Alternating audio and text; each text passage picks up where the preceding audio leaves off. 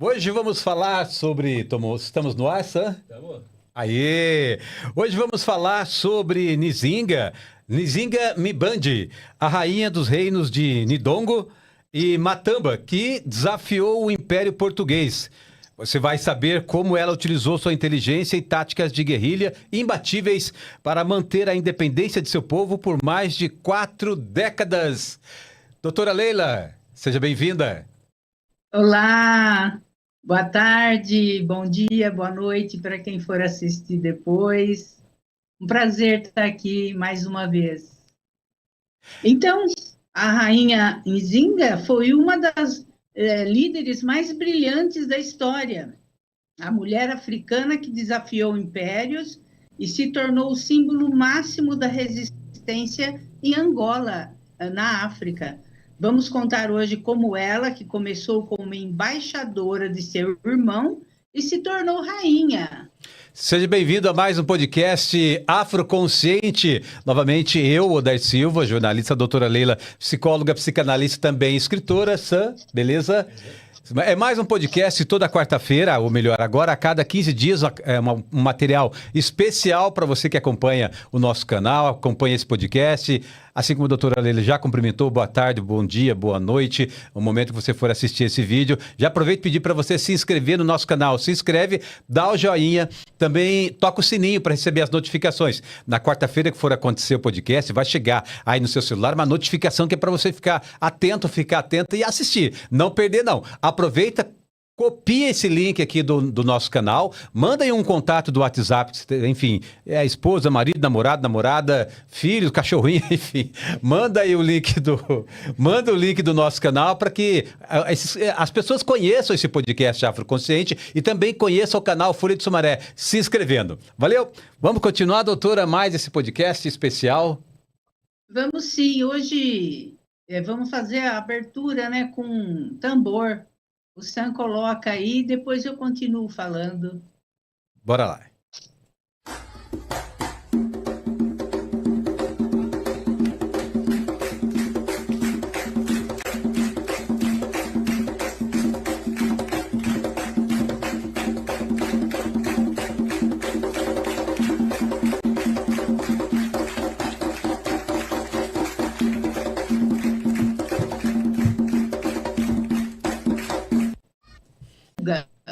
Alguns alunos tocando, então a gente colocou para fazer a abertura de hoje. Muito especial. Tá bem?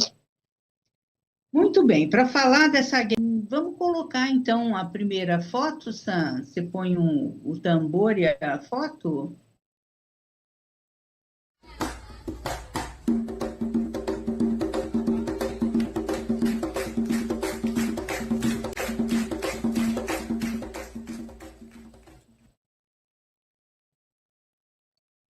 Vai lá, doutora.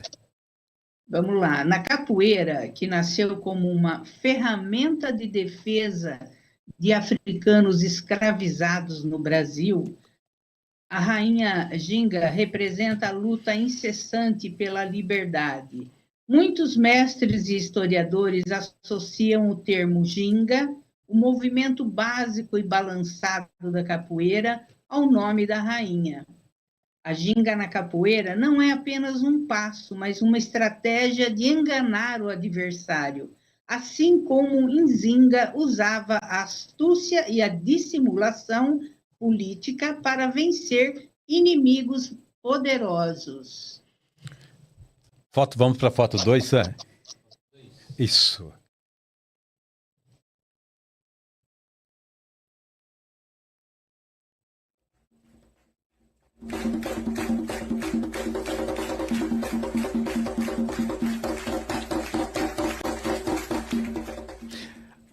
A valorização de Nzinga reforça a importância das mulheres guerreiras na história africana e brasileira. Grupos como Nzinga, de Capoeira Angola, utilizam o nome da rainha para promover a educação e o empoderamento feminino através da arte. O fato de Nzinga ter sido treinada pelo próprio pai, o rei Quilange, não sei se o termo, a pronúncia é essa, faz dela uma figura respeitada na capoeira, uma guerreira técnica.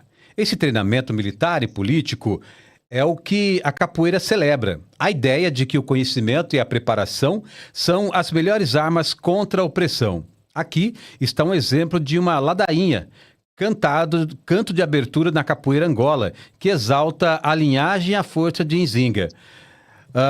Eu vou ler aqui como está no texto, né? Iê, Dona Nzinga era rainha, lá no reino de Angola, filha de Angola, Quiluange. Na guerra, ela não deu bola, enfrentou o português. Com a força da sua escola, não aceitou o cativeiro, nem a vida de esmola, camaradinha. Legal, vamos para a foto 3, Sam.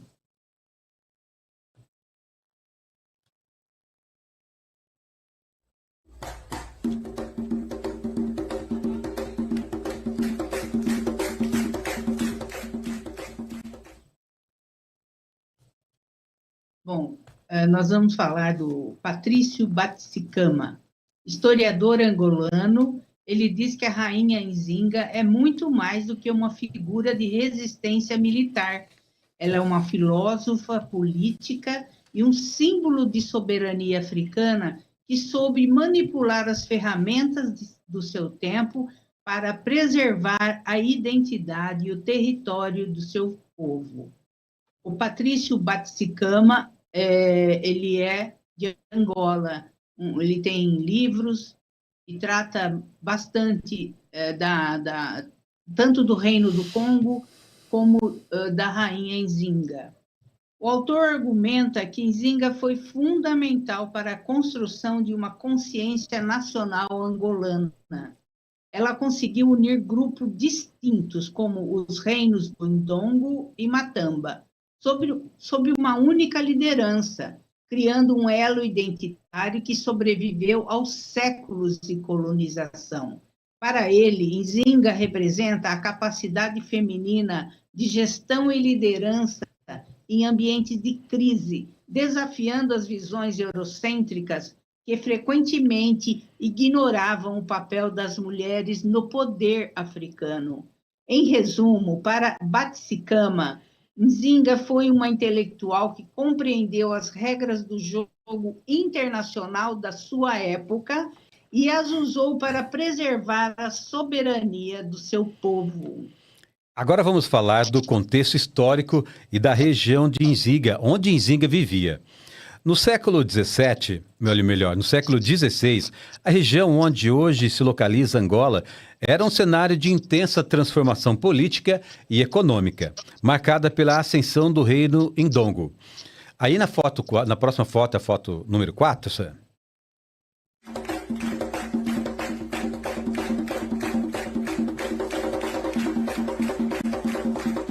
O reino de Ndongo foi fundado por chefes do povo Kimbundu. O reino Matamba era uma região de difícil acesso para os europeus, servindo como ponto estratégico de resistência. Local que, mais tarde, seria conquistada por Nzinga, para servir de base contra a ocupação, doutora. Isso aí, vamos ver a próxima foto.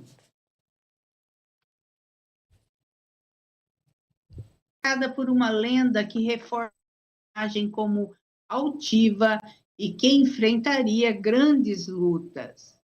Sua criação fugiu aos padrões das mulheres da nobreza da época.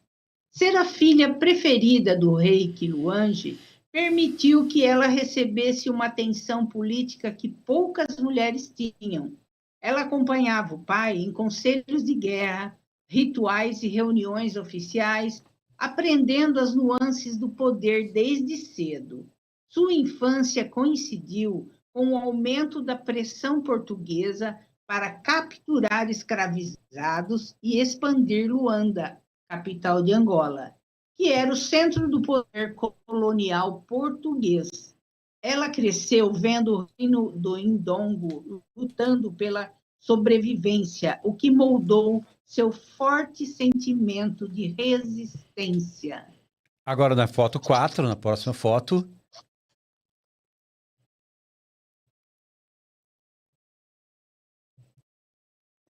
Nós vamos falar sobre a governança. Isso mesmo, vamos falar sobre a governança de Nzinga, que começou em 1622, quando ela foi enviada por seu irmão Ngola Mbandi para negociar um tratado de paz com o governador português João Correia de Souza. Durante o encontro, o governador não ofereceu uma cadeira para ela sentar, o que era uma humilhação. Ao ver que não havia cadeira para ela, Nzinga ordenou que uma de suas servas ficasse de 4 para servir de assento, garantindo que falaria olho no olho com o colonizador, em pé de igualdade. Logo após o episódio da cadeira, ela se converteu ao cristianismo, sendo da parte dela uma jogada de mestre da estratégia política. Que aí vem o termo a ginga diplomática. E não necessariamente uma mudança de fé pessoal. Ela foi batizada em 1622, aos 40 anos de idade, e adotou o nome cristão de Dona Ana de Souza. O sobrenome de Souza era uma homenagem ao próprio governador, João Correia de Souza, que foi seu padrinho de batismo. Em 1624, Nzinga assumiu o trono após a morte de seu irmão. Ela enfrentou a resistência interna por ser mulher, mas, para legitimar sua autoridade, ela insistiu em ser chamada de rei em vez de rainha, título que era tradicionalmente reservado a líderes masculinos. Vou fazer um comentário aqui, né, da ginga diplomática, né? Ela adota o sobrenome em homenagem ao governador, né, de Souza. Então, ela usa muito isso, essa diplomacia, essa inteligência, a coisa de pedir para uma guerreira dela se servir de cadeira para ela, né? Incrível. Tipo, eu não vou ficar por baixo, eu tenho o meu povo, eu me viro. É muito legal essa cena, né? Bom, vamos adiante, então. Tem uma próxima foto.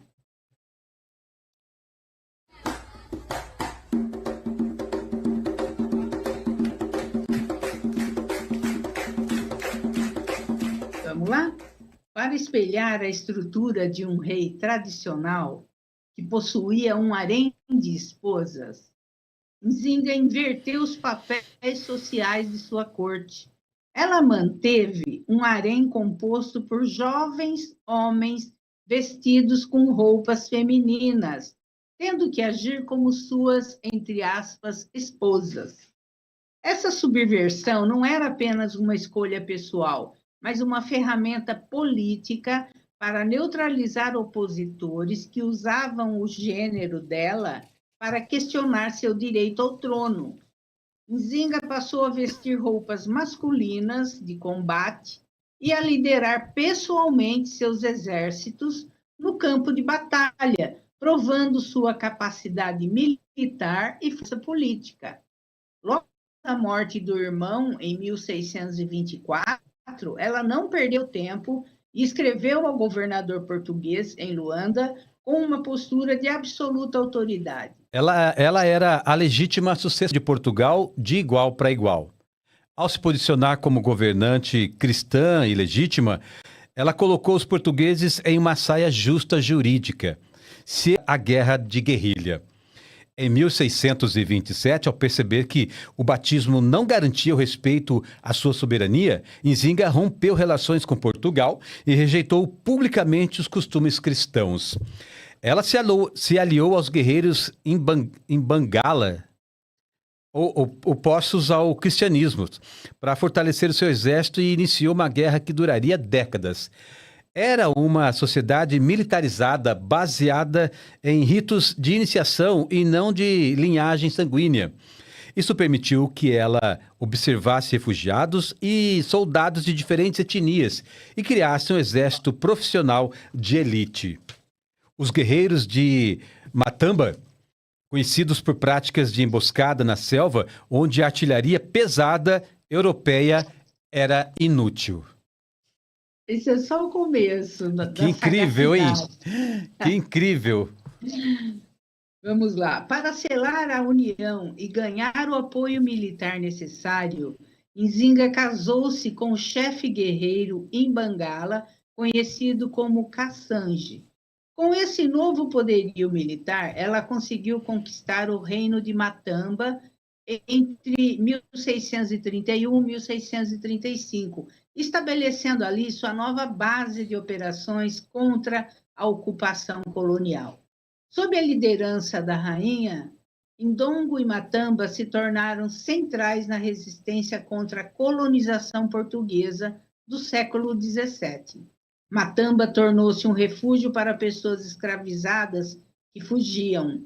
Nzinga controlava as rotas comerciais, asfixiando a economia de Luanda, desviando o comércio de escravizados para longe das mãos portuguesas.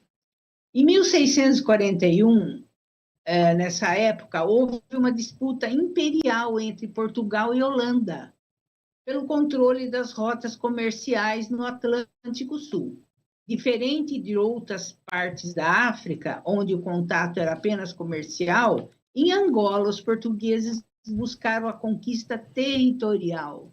Seus objetivos principais eram capturar pessoas para suprir os engenhos de açúcar no Brasil, buscar por minas de prata e outros metais preciosos no interior da África, catequizar tanto como missão religiosa quanto como ferramenta de controle político sobre as elites locais. Diante desse cenário, Nzinga fez aliança com os holandeses.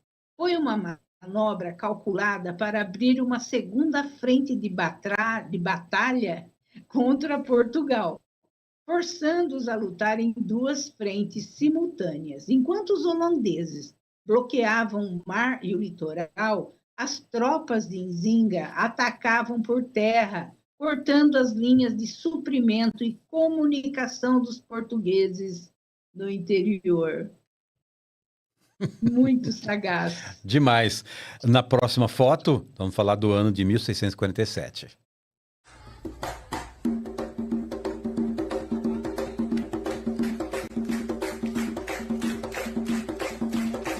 É isso mesmo. Em 1647, houve a Batalha de Combe, local onde os portugueses mantinham uma das suas principais fortalezas no interior. Nzinga chegou ao ápice da estratégia militar e da capacidade de alianças articuladas internacionais. Aliás, articuladas internacionais para resistir ao domínio português.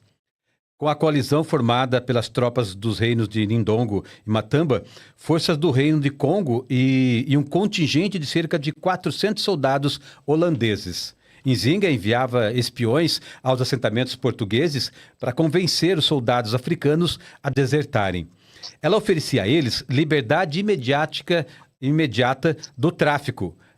Ao enviar espiões para os assentamentos portugueses e para os arraiais, acampamentos militares, ela tinha como alvo a Guerra Preta. Os soldados negros, muitas vezes escravizados ou vassalos, que constituíam a maior parte da infantaria portuguesa. Qualquer soldado que desertasse dos portugueses e se juntasse às suas fileiras era declarado pessoa livre. Em vez de serem tratados como ferramentas coloniais descartáveis, eles foram integrados ao seu exército como guerreiros respeitados e receberam terras para se estabelecerem em seus territórios. Ela apelou às suas raízes bantas compartilhadas, apresentando os portugueses como invasores estrangeiros e a si mesma como a legítima soberana africana. Essa estratégia foi devastadora para os portugueses. Causou deserções em massa, o que significa que o exército colonial estava literalmente se desfazendo e se juntando ao inimigo. Portugal não só perdeu sua mão de obra, como Nzinga ganhou soldados já treinados em táticas militares europeias e armas de fogo, tornando seu exército ainda mais letal.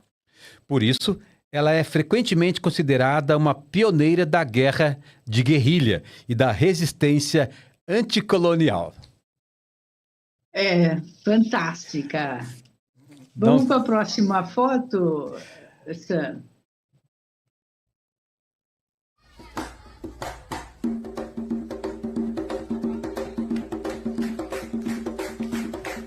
Em 1648, uma frota vinda do Brasil, liderada por Salvador de Sá, retomou Luanda para Portugal.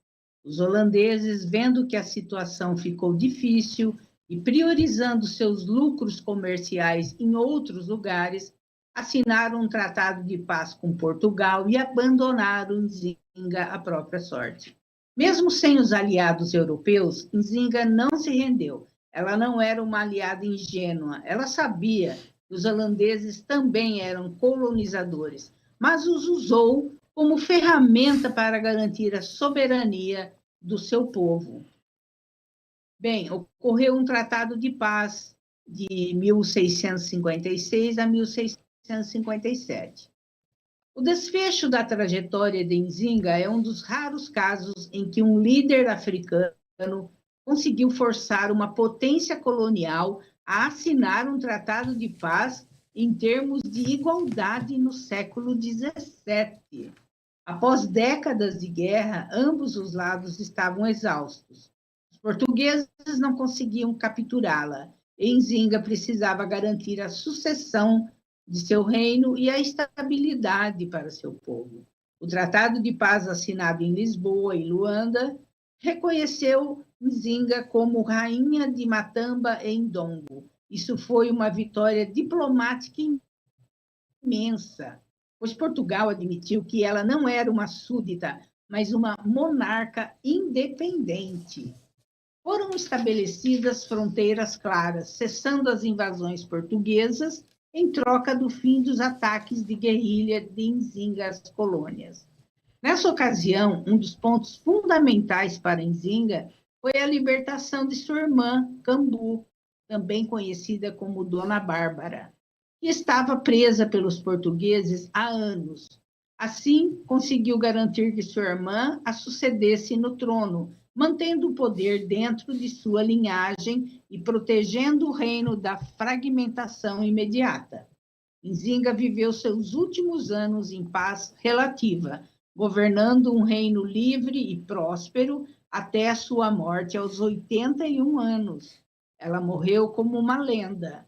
Angola só foi totalmente dominada pelos portugueses décadas após a sua morte. Meu Deus, que Poderosa. força. Que força.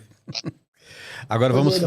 poderosa demais. Vamos falar de algumas das estratégias que a rainha Nzinga usava. Ela usava a densa vegetação de Angola para lançar emboscadas cirúrgicas e desaparecer na mata antes que os portugueses pudessem organizar uma resposta de fogo. Durante as retiradas, ela ordenava a destruição de colheitas e o envenenamento de poços.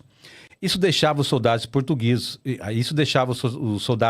portugueses já vulneráveis a doenças tropicais, sem qualquer fornecimento, forçando-os a recuar para o litoral. Criou trincheiras e fortificações ao redor de aldeias para protegê-las de incursões inimigas. Nzinga atraía as tropas portuguesas para trilhas estreitas e densas.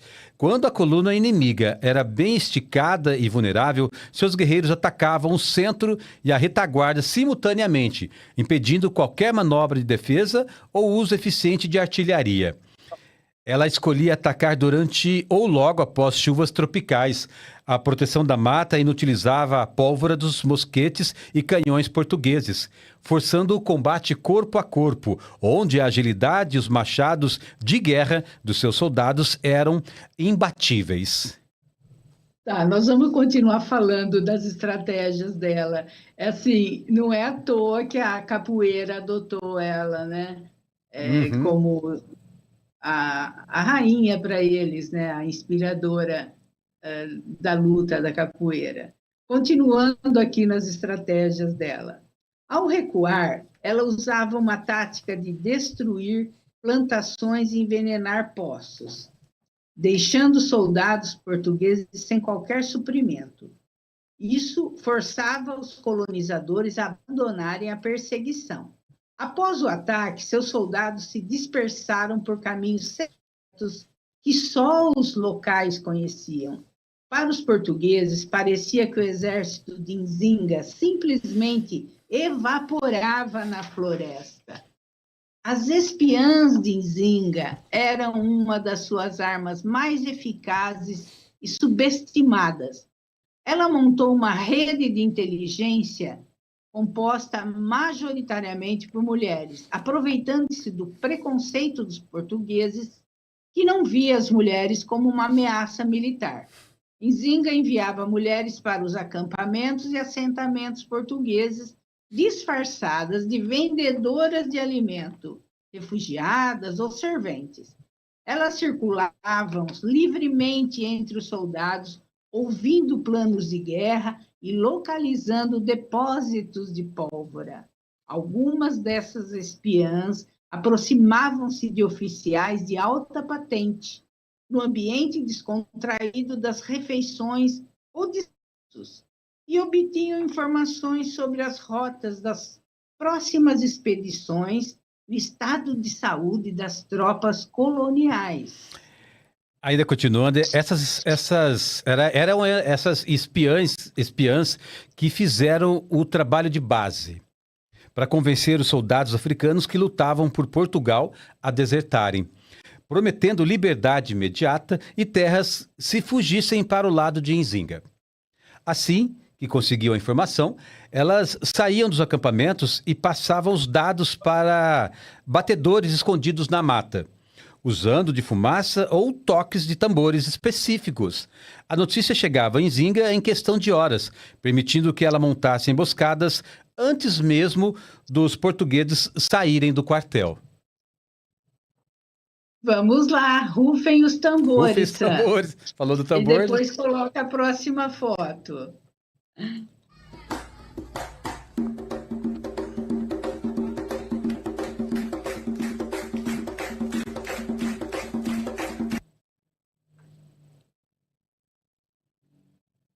O tambor era a internet do reino de Nzinga. Era uma ferramenta de tecnologia de comunicação vital para a governança e a guerra no século XVII.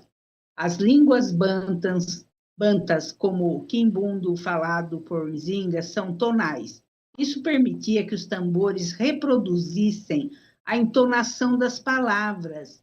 Era possível enviar frases complexas através de longas distâncias, replicando o ritmo e a altura da fala humana. Essa parte eu achei incrível, né? Essa tecnologia através do tambor. Nossa!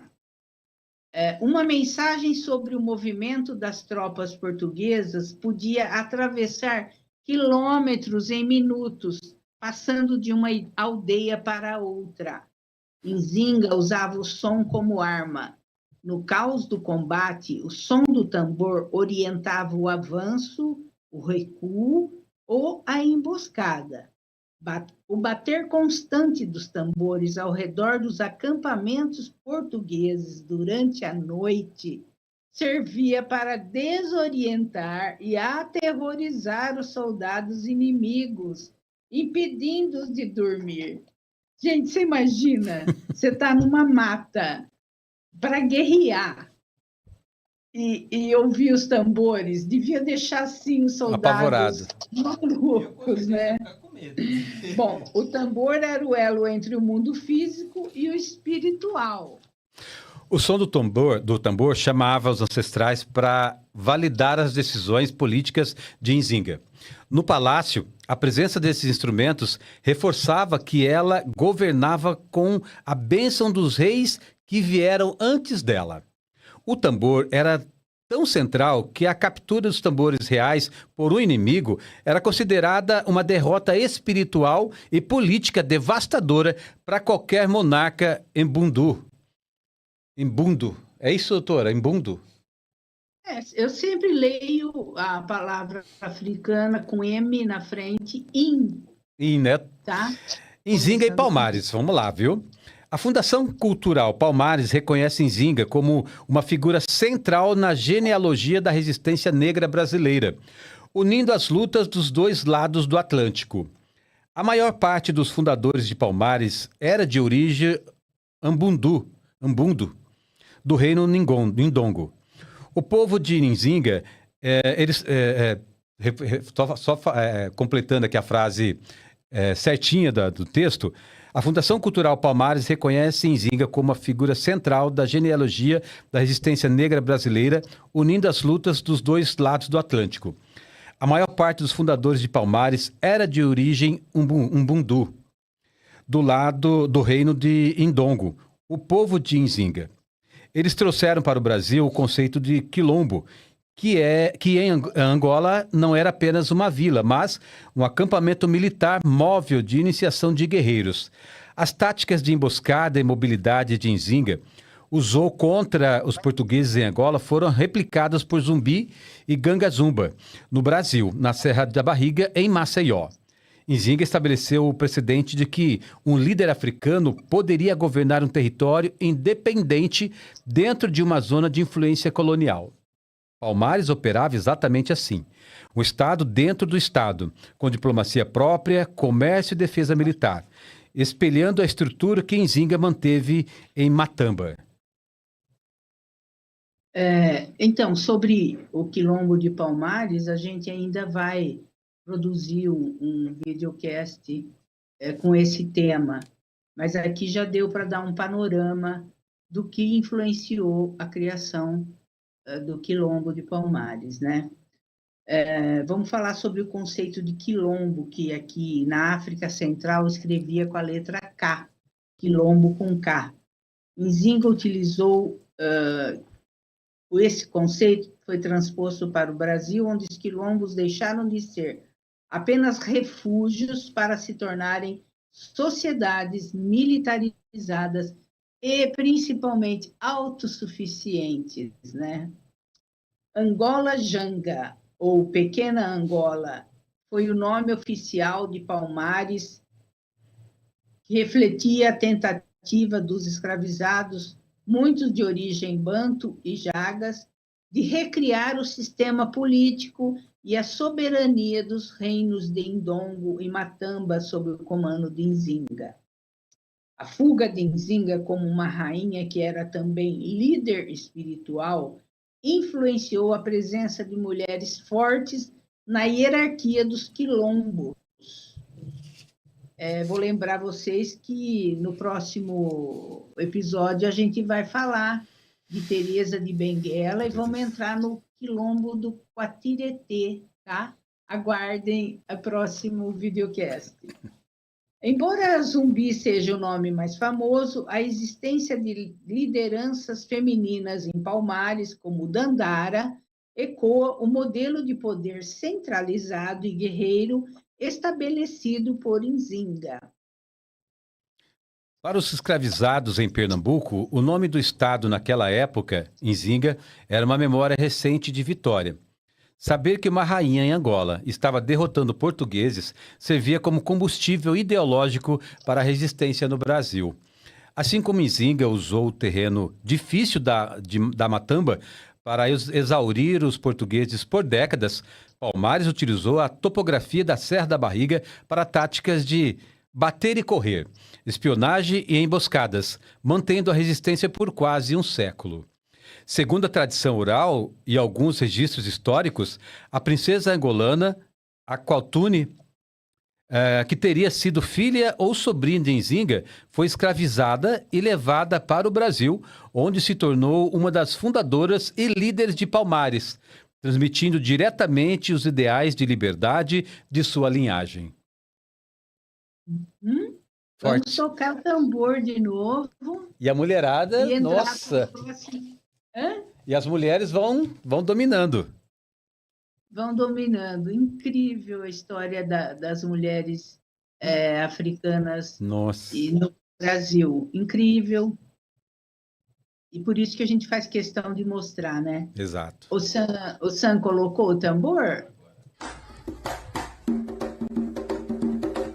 E a próxima foto.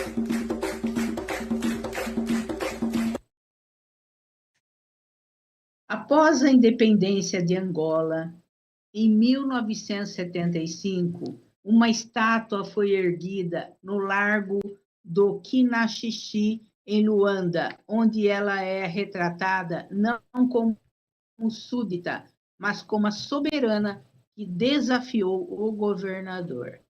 Nzinga é vista como uma precursora do empoderamento feminino e da luta antirracista, inspirando movimentos sociais e obras, como uma série documental na Netflix, produzida por Jada Pinkett Smith. É bem legal assistir esse trabalho, esse filme na Netflix. É importante destacar que o legado de Nzinga Mbandi foi o combustível ideológico para o nacionalismo angolano moderno. Ela deixou de ser apenas uma figura histórica para se tornar um mito de fundação da própria nação de Angola. Impressionante, gente. Que bacana valorizarem uma pessoa do século XVII, valorizar atualmente. Com certeza. Durante a Guerra de Independência, não é? De Angola, em 1961 até 1974, o Movimento Popular de Libertação de Angola, se chamou esse movimento, né? Essa guerra, resgatou a imagem de Nzinga para unir as diferentes etnias. Ela foi apresentada como a mãe da nação, provando que a resistência ao colonialismo não era algo novo, mas uma luta de séculos, né? E se for pensar, é uma luta eterna. Eterna. Porque até hoje o Brasil tem que lutar contra o colonialismo e a África inteira, o continente, 55 países. Eles têm que se cuidar para não serem de novo colonizados, né? O tempo todo. E agora tem a China, que também já está muito dentro do continente africano, não escravizando, mas também tirando as riquezas com a retórica que está levando a riqueza, tirando as riquezas do continente africano também, né? Olha, Odair, me parece que é diferente o que a China tem feito. Eu tenho acompanhado documentários, jornalistas internacionais. É diferente, muito diferente de tudo que já aconteceu no planeta Terra. A China vai no ganha-ganha.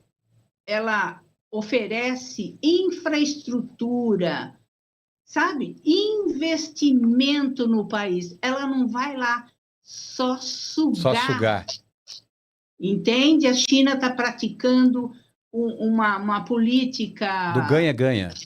Todos ganham. Completamente, que a gente nunca ouviu falar no planeta Terra. Muito bom, tá? notícia. E é muito fácil as pessoas que estiverem ouvindo a gente fazer pesquisa na internet sobre os projetos da China nos países africanos. Procura saber, gente, porque não é a mesma coisa, tá? É outra história. Eles constroem ferrovias, movimenta, desenvolve os países. Muito bom. É uma troca financeira de verdade, tá bom? Quase que de igual para igual a troca. Embora fosse uma rainha do povo quimbundo, sua figura foi usada para transcender divisões tribais. Ela personificava a ideia de que a inteligência e a diplomacia africanas eram superiores à força brutal colonial, algo essencial para elevar a moral dos guerreiros na mata. Nzinga tornou-se um ícone para as mulheres angolanas que lutaram na linha de frente da independência. Sua capacidade de comandar exércitos e subverter o patriarcado serviu de modelo para a criação da Organização da Mulher Angolana, que teve papel crucial na logística e no combate contra Portugal. Nzinga é hoje celebrada como a precursora do pan-africanismo em Angola, um movimento político, filosófico e social que defende a união e a solidariedade entre todos os povos de origem africana, representando a ideia de que a liberdade é um direito inegociável. Ela é vista hoje como heroína nacional em Angola e inspiração para movimentos anti-imperialistas. Que história! Que musa inspiradora! Que musa inspiradora! Contra o imperialismo. Meu né? Deus. Depois o que a gente... Isso aqui que a gente falou é uma pitada da vida dela, tá? A gente recolheu informações e para passar para o videocast. Quem tiver interesse em estudar a história de Angola, da vida da Nzinga, procura um professor de história. Então, a gente deu destaque ao poder dessa mulher, a capacidade intelectual, né? Então, inspiração para movimento anti-imperialista, claro, né? Com certeza. E assim a gente tivesse uma Nzinga aqui no Brasil, né? Ah! Bom, Bom, como ela não tem, né? Algumas grandes mulheres, mas como ela não. né? Quem sabe está aí e ainda não se apresentou para a sociedade. Estou torcendo. Bom, Odair, nós temos um tempo. Vamos falar da Assembleia Geral da ONU, né? Que aprovou uma resolução. Não sei, dá até para passar o vídeo. Dá É tempo. possível? É possível. Você pode passar esse vídeo? Não vai dar problema para o seu canal? Não vai. Eu só vou vídeo adiantar de o notícia. assunto. Eu vou só adiantar o assunto, caso Isso, alguém doutora. não tenha conhecimento. Então, no dia 25 de março, agora, passado, recente, né? Desse ano, uma resolução histórica foi aprovada na ONU, que reconhece o tráfico transatlântico de africanos escravizados como o crime mais grave contra a humanidade. Bem, essa resolução classifica formalmente o tráfico de escravizados não apenas como um crime, mas como o mais severo da história humana. Tá? O texto foi aprovado com 123 votos a favor, 52 abstenções e apenas 3 votos contra. Quem votou contra? Estados Unidos, Argentina e Israel. Uhum. É aí que você vê, né? E aí tem as abstenções. Tipo, a Europa inteira se absteve de votar.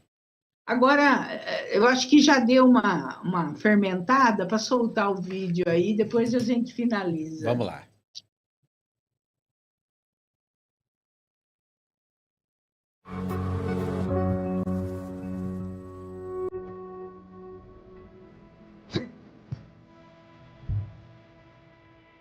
Pela primeira vez na história, governos de todo o mundo aprovaram na ONU uma resolução que reconhece a escravidão de milhões de africanos como o mais grave crime contra a humanidade. Mas nem todos os países endossaram o texto. 3, Israel, Estados Unidos e Argentina, votaram contra. E mais de 50 outros, quase todos europeus, optaram pela abstenção, incluindo Espanha, Portugal e Reino Unido. A hesitação europeia é, sobretudo, um cálculo diplomático. Neutralizar o risco de que esses países venham, um dia, a ser cobrados, inclusive juridicamente, por reparações ligadas aos crimes cometidos nos séculos anteriores. Mas também tem a ver com outra maré: o avanço do ultraconservadorismo no velho continente, que trata o passado colonial como território a ser reconquistado no grito. Meu trabalho é fácil porque eu uso o ClickUp. É assim que eu acompanho todas as minhas tarefas. Eu começo despejando tudo o que preciso fazer em uma...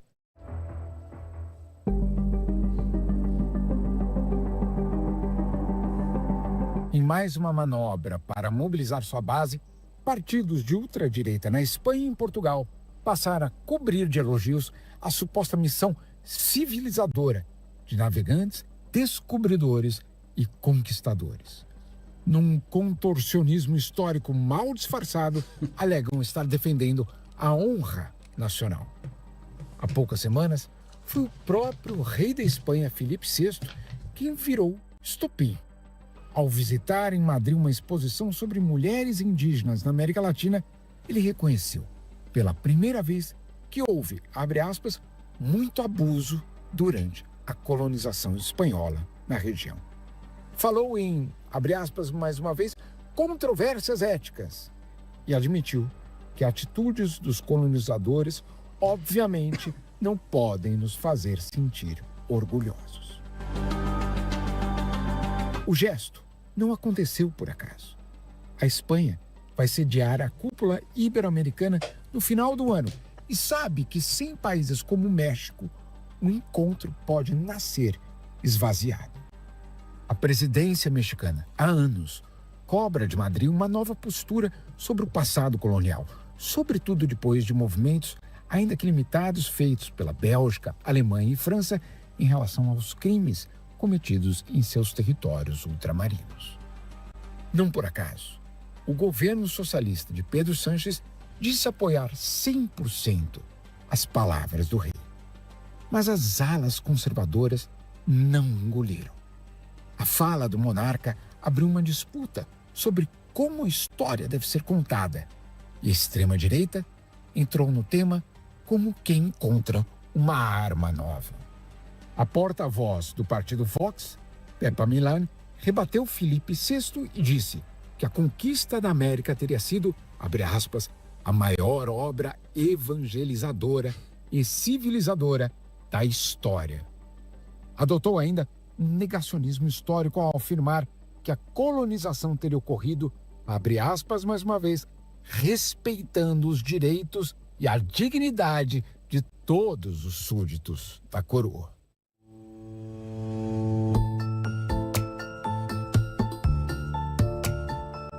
Do outro lado da fronteira, em Portugal, o debate ganhou contornos eleitorais parecidos e o mesmo verniz de revisionismo.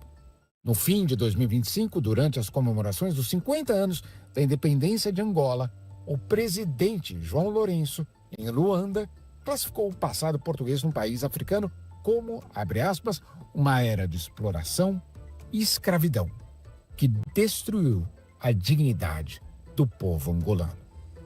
Ele diz: o colonialismo europeu deixou marcas profundas que ainda hoje se fazem sentir. A reação veio rápido. André Ventura, líder do partido Chega, exigiu um pedido formal de desculpas ao povo português. Para ele, Lourenço teria cometido uma ofensa inaceitável à história e ao povo de Portugal. O fato virou arma doméstica.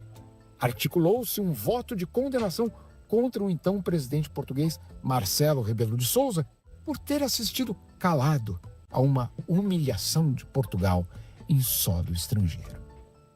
Portugal não tem de pedir desculpas por ter levado a língua, a fé e a cultura a meio mundo, defendeu Ventura. Sobrou até para o Brasil. Na semana passada, o Chega instalou um outdoor em Lisboa diante da Assembleia Nacional no dia da posse de Antônio José Seguro como novo presidente do país. A peça trazia fotos de Luiz Inácio Lula da Silva e de João Lourenço. No centro, a frase: a culpa não é de 500 anos de Portugal, é da vossa corrupção. Nas redes sociais, quem aplaudiu o outdoor foi Eduardo Bolsonaro. Abre aspas. Verdade, Lula rouba e ainda querem botar a culpa em Pedro Álvares Cabral. Faça-me o favor. O que ocorreu em 1500 foi o maior salto tecnológico da história, escreveu o filho do ex-presidente, condenado por tentativa de golpe de Estado.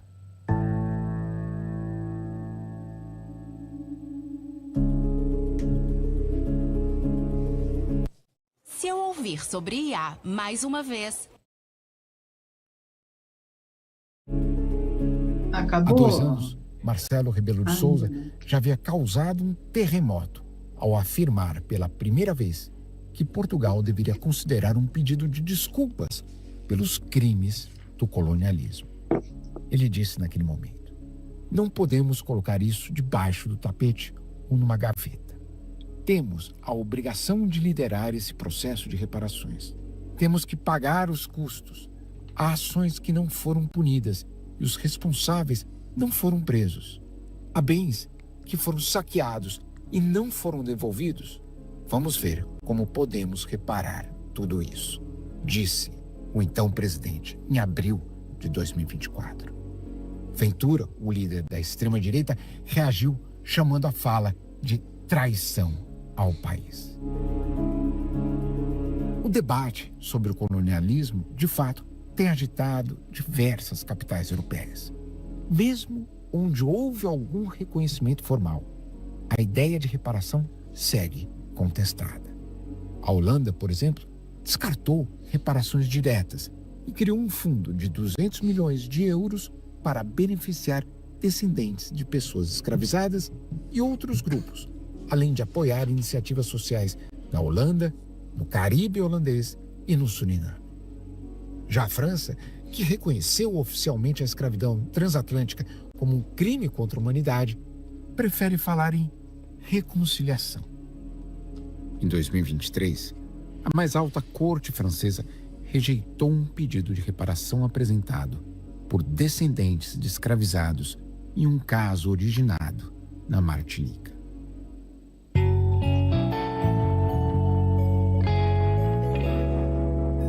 Séculos depois do crime que acorrentou 15 milhões de pessoas e reorganizou a história do mundo, o que a extrema-direita europeia parece não entender é que a era da história única acabou. Bob Marley, descendente de escravizados no Caribe, já avisou: nem a energia atômica vai parar o tempo ou a emancipação das consciências.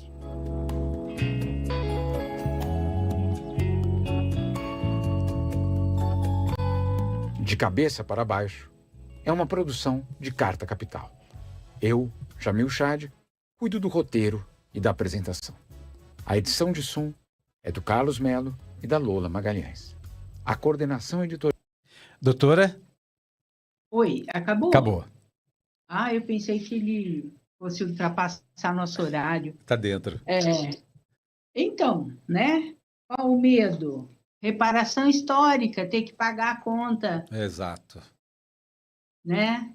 Mas, que mesmo que sirva só como uma coisa simbólica, mas está feito, Perfeitamente. né? É muito importante, né? Chegar essa discussão na ONU e chegar a essa aprovação é importante demais para a história, para o continente africano como um todo, todas as nações aí de pessoas negras, pessoas pretas, né? Todo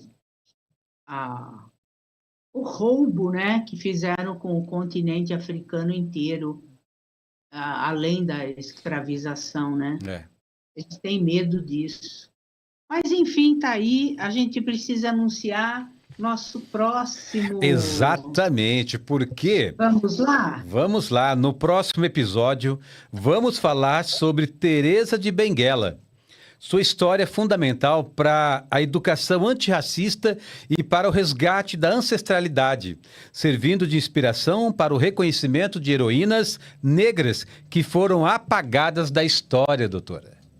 Então, falando de heroínas, né, nós tivemos aqui, mas pouco se fala de Teresa de Benguela.